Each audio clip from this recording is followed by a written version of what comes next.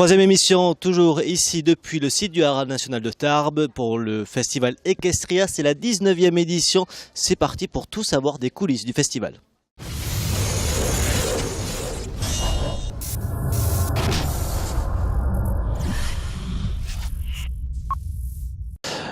Bienvenue dans cette nouvelle émission spéciale Equestria, 19e édition, troisième émission pour HPTV, la Web TV des Hautes-Pyrénées et pyrénéinfo.fr où nous allons vous faire découvrir les coulisses de la nuit des créations, mais également du village qui est ouvert chaque jour dès 10h30.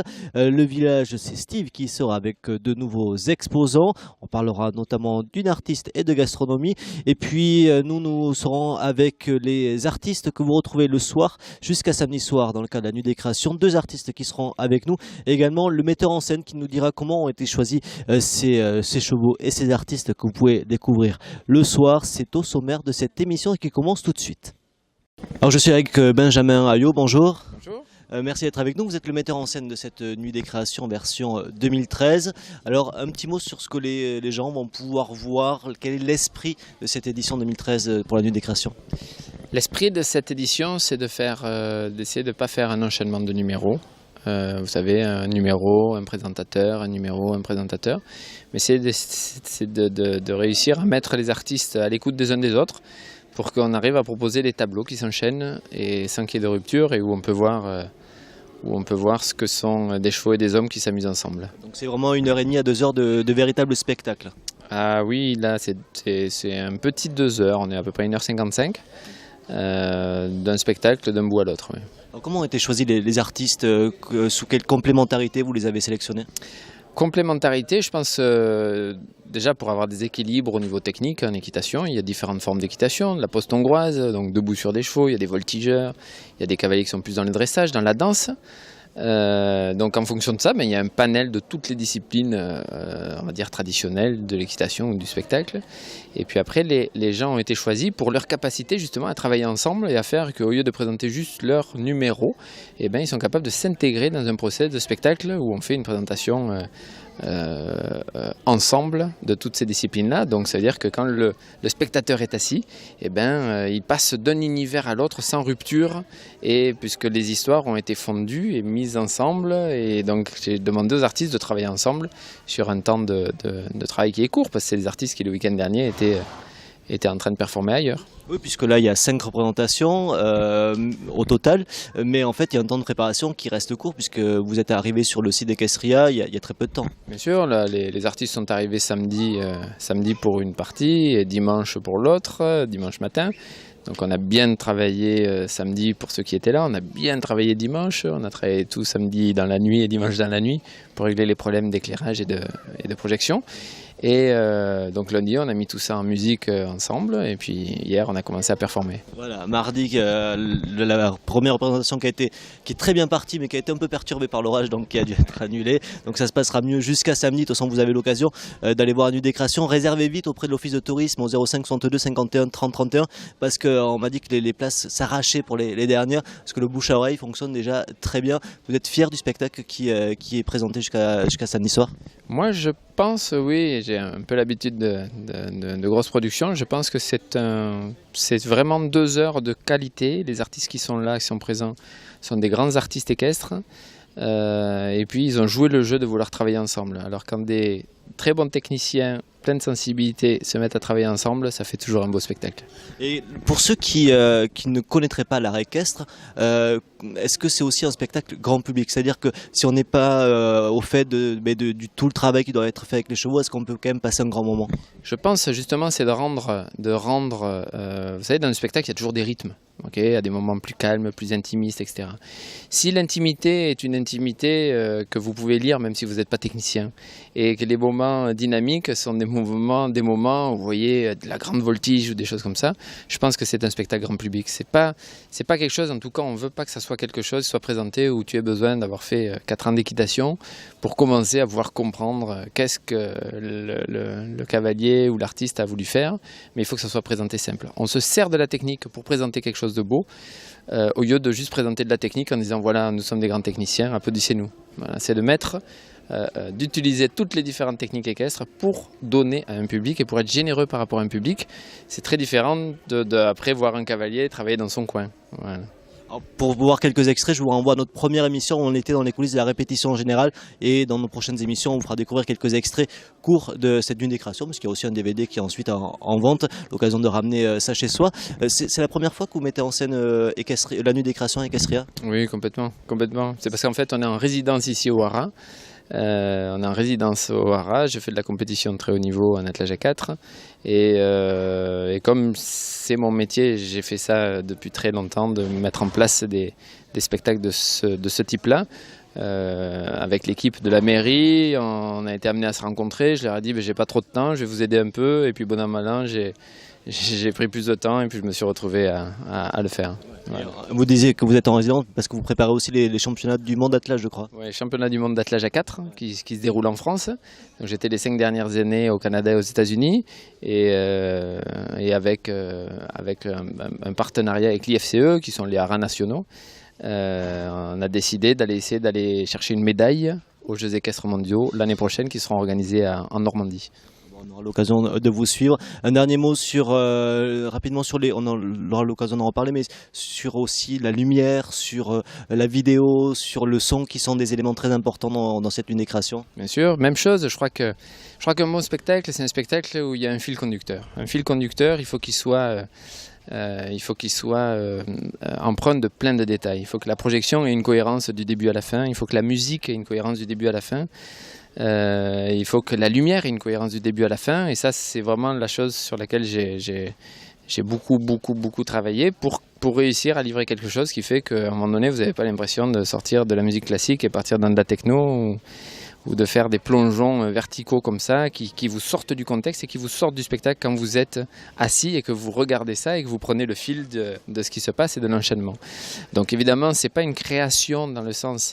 vous savez, dans une création, on va avoir peut-être 1 an de création pour monter un spectacle, mais je pense que dans le temps qu'on a eu là, la performance des artistes, de toute l'équipe technique derrière, qui ont suivi à fond et qui ont joué le jeu à fond, tout le monde a très bien joué le jeu et je pense que l'orchestration de ça s'est très bien passée. Ouais.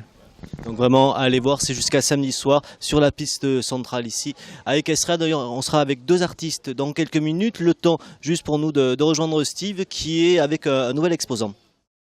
On continue notre visite des stands à Equestria avec Florent aujourd'hui qui est à mes côtés. Bonjour Florent, est-ce que vous pouvez nous expliquer un petit peu ce que vous faites ici, dans quel cadre vous êtes venu? Enfin, on aperçoit derrière nous un petit peu quelques indices. Donc voilà, on vous écoute. Eh bien en fait, moi j'ai un magasin de produits basques sous la Le Broban à Tarbes, donc où je fais de charcuterie, des produits de toutes sortes, sucrés, salés, basques, et aussi un peu de dégustation à l'occasion. Donc là je suis venu, c'est Pierre Logini le directeur d'Equestria qui est venu me voir et qui m'a dit voilà, ce serait sympa de faire un peu de dégustation à Equestria. Donc voilà, on est là, on fait des apéros, des assiettes de charcuterie, des assiettes de pâte à negra, un peu de vin basque, de sangria, tout plein de choses. D'accord, ça a l'air très intéressant. Je voulais vous demander si c'était la première année où vous veniez ici. D'accord. Et donc comment ça se passe le premier contact? Vous avez des retours Ça se passe très bien, on est content, au moment des apéros surtout. Voilà, nous on a beaucoup un produit apéritif, donc on attend les gens à l'apéro. Et voilà, les gens sont contents, ils trouvent les produits très bons, donc beaucoup m'ont dit qu'ils allaient venir au magasin. Voilà, donc c'est bien. D'accord, oui, c'est aussi une des raisons pour lesquelles vous êtes présent. Vous espérez évidemment que ça ait des répercussions sur le magasin dont vous nous parliez. Exactement, voilà, le but c'est que les gens trouvent les produits bons et qui viennent nous voir au magasin toute l'année. D'accord, et donc là on est à mi-semaine à peu près du festival. Vous avez un pré-bilan, on va dire là déjà à faire de ce qui se passe. Pour l'instant, voilà, on est encore sur la phase de découverte, on se met en place. J'ai encore de la bière basque qui va arriver, de la bonne bière d'Asparin, brassée à Asparin, très très bien. Voilà, donc le bilan pour l'instant c'est calme encore. Voilà, on est encore sur des découvertes, les gens nous découvrent aussi, mais à partir du moment où ils s'installent, ils sont bien là et c'est l'essentiel. D'accord, oui, il y aura sûrement, avec l'arrivée du week-end là, qui s'annonce en plus chaleureux, plus de gens qui vont venir. On va devoir vous laisser puisqu'on va aller faire une dégustation avec Florent. Allez, on est parti, merci beaucoup. Alors toujours ici, près des box, près des chevaux forcément, hein, pour vous présenter toujours cette nuit des créations à Equestria, nuit des créations que vous pourrez voir jusqu'à samedi. Deux artistes qui sont autour de moi, Laurent et Vincent. On va commencer par vous Vincent, d'abord vous allez nous expliquer un petit peu ce que vous proposez au public de la nuit des créations. Eh bien, moi, je présente un tableau avec plusieurs chevaux en liberté et un numéro qui est basé un petit peu sur l'émotion et la complicité entre le cheval et l'animal. Et avec sur une note de poésie, de magie, voilà. Et vous Laurent? Moi, c'est plutôt de l'acrobatie à cheval, de la voltige cosaque, sous deux formes, un numéro assez poétique et un autre numéro un peu plus péchu, où on a essayé de jouer d'originalité en faisant appel à des acrobates capoeiristes et de faire une création assez pointue avec ces acrobates-là, quoi. Alors c'est un peu pour le numéro avec les acrobates et le vôtre, c'est un peu deux univers, j'ai envie de dire différents. Pourtant derrière il y a aussi beaucoup de travail. Alors peut-être d'abord par vous, avec ces chevaux en liberté, quelle est la principale difficulté à dresser des numéros comme ça qui doivent arriver tout seuls en fait? Donc, la difficulté, elle est pas vraiment réelle dans le sens où les chevaux sont prêts, ils arrivent ici, forcément ils sont déjà dressés et préparés à ce genre d'événement. Après, la mise en scène et la réalisation de ce spectacle me permet de faire un spectacle qui est assez confortable pour moi, parce que la piste est très intimiste, avec le public qui est à proximité, où ils peuvent vraiment sentir les chevaux, presque sentir le souffle des chevaux. Et pour le dressage des chevaux, il n'y a pas de souci particulier, parce que c'est très, très confortable à Equestria. Les conditions sont réunies à 100%. Et comment on arrive à faire venir un cheval seul? Si j'ai bon souvenir de votre numéro, il arrive, il se place quasiment tout seul au bon endroit entre plusieurs chevaux. Un cheval, ça sait se repérer comme ça dans l'espace et il sait, comme un comédien, ce qu'il doit faire. Exactement, ce sont des athlètes, des danseurs et une gymnastique de tous les jours. Et avec un petit peu de travail, de gentillesse et de douceur, ils comprennent assez facilement ce qu'on veut d'eux. Et ils sont entièrement comédiens et nous on est complètement on est juste des petits acteurs derrière, mais c'est eux les vrais stars et on est complètement dépendant d'eux et le travail est fait forcément en amont et donc ça se passe a priori plutôt bien.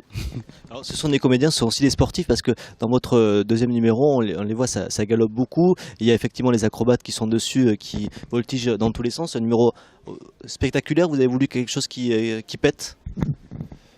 Oui, dans ce numéro-là, en fait, ce que je cherche à faire, c'est à faire un vrai échange entre les acrobates au sol et nous, les acrobates à cheval. Et on va voir ce que ça va donner. Et après, c'est vrai que les chevaux dans ce genre de numéro-là sont sollicités, je veux dire, pour aller en avant, mais c'est aussi un dressage parce faut leur faire on leur fait confiance à 200%. Il faut qu'ils nous gardent la piste, qu'ils gardent une cadence constante malgré les déséquilibres qu'on va leur provoquer à droite, à gauche. Ils n'ont pas peur des flammes puisqu'il y a aussi des flambeaux sur la piste. C'est quelque chose qui se travaille aussi? Non, c'est tous des chevaux de spectacle, ça fait longtemps qu'ils font ça et ils font plus attention quoi, à tout ça. Il y en a un qui voudrait passer à la caméra, juste à côté, on le filmera après. Un mot sur votre présence ici dans un spectacle. C'est un travail que vous faites tout au long de l'année. Pourquoi est-ce que vous en êtes venu à faire des numéros comme ça artistiques? Alors c'est un travail, bien sûr. Notre métier c'est artiste équestre, donc c'est un travail qu'on essaye de reproduire un petit peu partout, en France et à l'étranger. Et ce qu'on cherche à faire, c'est de partager ce sentiment avec les chevaux et notre passion et notre savoir, voilà, en toute simplicité et humilité. Vous pareil, j'imagine? Oui, j'ai pas. Ouais, le plaisir d'être ici à Equestria et puis pourquoi est-ce que vous en êtes venu à faire comme ça du spectacle artistique avec les chevaux?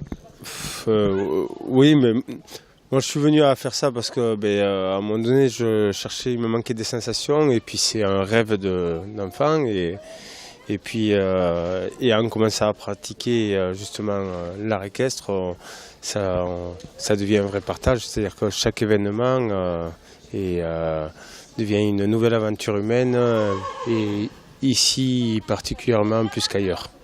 Alors, je vous invite vraiment à venir voir la nuit des créations et particulièrement ces deux numéros. Vous retrouverez d'ailleurs dans notre première émission un extrait c'est du numéro de Laurent qu'on a diffusé. On en diffusera d'autres dans nos prochaines émissions.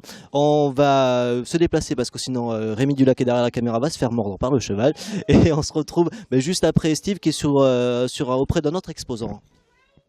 Alors on se retrouve avec Sonia qui est en pleine installation, comme elle nous le racontait. Alors est-ce que vous pouvez nous parler un peu de vous, Sonia? Qu'est-ce que vous faites? On voit un petit peu un aperçu de ce que vous êtes en train d'installer. Donc expliquez-nous un petit peu. Alors donc Sonia Cézy, je suis artiste peintre. Je fais également de la sculpture et des azuleros. D'accord. Donc les peintures, c'est de l'huile réalisée au couteau. Les sculptures, elles sont pas encore installées, mais si vous repassez, elles le seront. C'est du grès que je sculpte. Et donc les azuleros sont toutes réalisées à la main, peintes à l'émail et cuites dans un four de professionnel.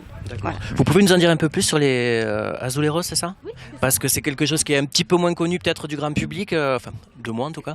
Donc si vous pouvez nous préciser la technique, ce qui fait l'originalité de cette pratique. Alors la technique en fait, moi j'achète mon carreau, il est cru, enfin cuit. Mais il n'est pas émaillé en fait, je l'émaille en blanc, je peins à l'émail, mélangé avec des pigments purs, donc du manganèse pour le sépia et du cobalt pour le bleu. Et après je cuis le tout dans mon four à 980 degrés et ça cuit pendant 9 heures. D'accord, donc c'est ce qui permet en fait au motif de rester complètement fixé pour les gens qui nous regardent. L'émail c'est de la silice, donc c'est du verre, et en cuisant, en montant en température, il se fond et ça donne ça. D'accord, super. Et c'est la première fois que vous venez exposer à Equestria ou est-ce que vous venez régulièrement? Non, ça fait 6 ans maintenant que je viens sur Equestria. D'accord, et qu'est-ce qui vous fait revenir? Vous avez un retour C'est l'ambiance du salon, c'est un salon sympathique. Tout le monde se parle, tout le monde s'arrête, on ne se connaît pas, mais voilà. D'accord, mais justement, vous avez pu, au travers de ces 6 années, établir des contacts avec d'autres exposants ou peut-être du public et les sensibiliser à votre art? D'autres exposants et puis les gens du Hara même. Donc on a tissé des liens d'amitié. Chaque année, on se voit une fois par an, c'est ici, voilà, mais c'est volontiers qu'on se revoit et qu'on vit le salon ensemble. D'accord, mais écoutez, super, on reviendra donc quand vous serez bien installé, comme ça on pourra donner une bonne image du stand, puis en attendant on vous remercie et bonne installation. Ah, c'est ici Théo, c'est celui qu'on entendait tout à l'heure pendant l'interview de nos deux artistes, c'est Théo, ça fait partie des chevaux du Haras National de Tarbes que vous pouvez également découvrir jusqu'à dimanche, et puis tout au long de l'année d'ailleurs dans le Haras, mais le festival Equestria c'est encore jusqu'à dimanche, on aura l'occasion de vous faire découvrir les autres coulisses, tous ceux qui font ici le festival et toutes les animations. Et puis je vais en profiter également avant qu'on se quitte pour vous présenter au fur et à mesure les membres de l'équipe. On va commencer par Benjamin. Benjamin vient nous rejoindre parce que je sais qu'il adore les chevaux, donc il va être très content d'être à côté de Théo. Voilà, Benjamin Tel que vous retrouverez également sur le stand de pyrénéinfo.fr où tu accueilleras tous nos visiteurs avec, oui il a peur, tous nos visiteurs avec des cadeaux à gagner. Vous viendrez nous voir sur notre stand. Voilà Théo, tu fais peur à Benjamin, le pauvre. Merci de votre fidélité à nos émissions et on se retrouve demain, même lieu, même heure.